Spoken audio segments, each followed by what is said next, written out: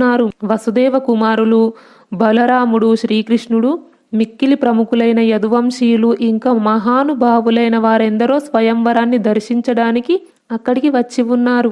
దృష్టద్యుమ్నుడు చెప్పింది విన్న తర్వాత దుర్యోధనుడు, సాల్వుడు, శల్యుడు మొదలైన రాజులు, రాజకుమారులు తమ తమ బలం, విద్య, గుణం మొదలైన వాటి క్రమాన్ని అనుసరించి వచ్చి ధనస్సును వంచి నారి బిగించడానికి ప్రయత్నించారు. కానీ వారు దబ్బున జారి నేల మీద పడడంతో ఎదురు దెబ్బతిన్నారు. స్థిమితం తప్పడంతో వారి ఉత్సాహం భగ్నమైంది.